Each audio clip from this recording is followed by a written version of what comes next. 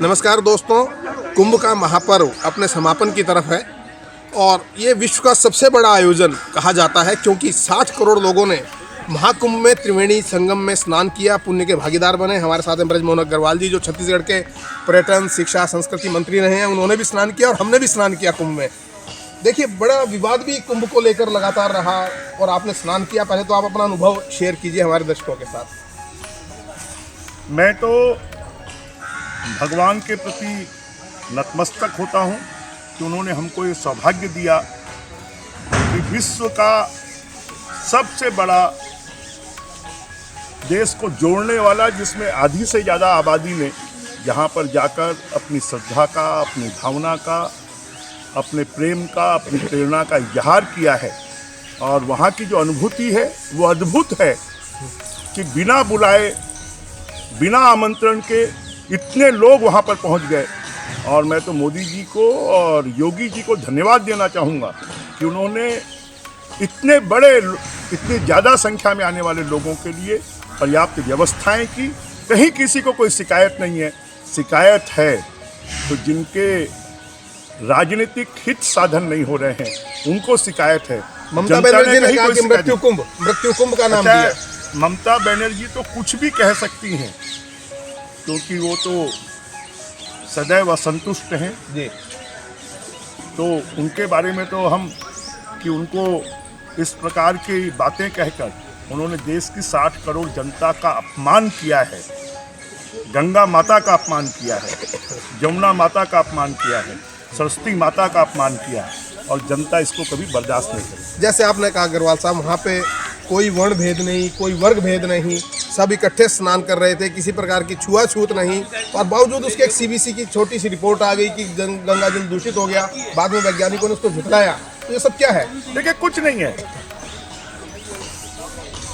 जहाँ पर पूरा देश एक हो रहा है, समागम हो रहा है, कोई छोटा नहीं है, कोई बड़ा नहीं है, कोई गरीब नहीं है, कोई तुच्छ नहीं है, उसी गंगा जी में अंबानी भी स्नान कर रहे हैं तो उसी गंगा जी में गंगू तेली भी स्नान कर रहा है। बिल्कुल ठीक है।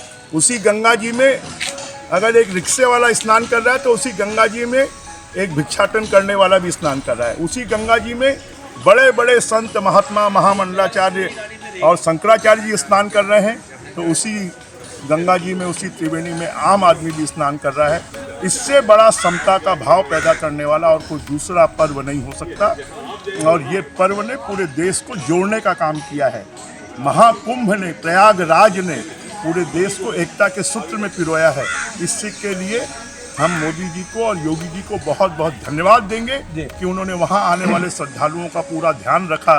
वहाँ पर सड़कें बनाई, वहाँ पर पुल पुलिये बनाए, वहाँ पर लाइटें लगाई, वहाँ पर जगह स्थान पर गंगा में घाट बनाए, वहाँ पर नावों की व्यवस्था की। इतने लोगों की व्यवस्था करना, ये कई देशों की तो आबादी इसकी आधी भी नहीं है। सबसे और बड़ा इतने लोगों की व्यवस्था वहाँ पर की गई है। ये लोगों की श्रद्धा और आस्था और हमारे पुरातन वैभव को दर्शाता है। इसके ऊपर में पूरे देश को गर्व करता है। ये जो आपने बातें कही, हिंदुत्व की बातें कही, मोदी जी जैसे कल भी गए, बागेश्वर धाम गए, आपने दिल्ली के चुनाव के अंदर भी दौरा किया, कई विधानसभा क्षेत्र में आपका जाना हुआ। तो आपको लगता है कि ये जो हिंदुत्व के खिलाफ माहौल पैदा किया जा रहा है कुछ विपक्षी दलों के कारण, उसका खामियाजा उसको इस तरीके से उठाना भी पड़ रहा है? देखिए, सनातन का जागरण हो गया, हिंदुत्व का जागरण हो गया, शिव जी का तीसरा नेत्र खुल गया और अब जो भी ऐसी आसुरी शक्तियां हैं वो भस्म होगी और वो हमको धीरे धीरे दिखाई भी देगा। चलिए, आखिरी टिप्पणी हम चाहेंगे आप दिल्ली चुनाव पर दिल्ली की मुख्यमंत्री को और बीजेपी को लेकर कर दीजिए, क्योंकि आपने यहाँ पर काफ़ी भ्रमण भी किया। मैं दिल्ली की नई मुख्यमंत्री श्रीमती गुप्ता जी को बहुत बहुत बधाई और शुभकामनाएं देता हूँ। और आप पार्टी जो बरसात में मेंढक जैसे उठकर आई थी, अब बरसात समाप्त हो गई है तो वो भी गायब हो गए हैं।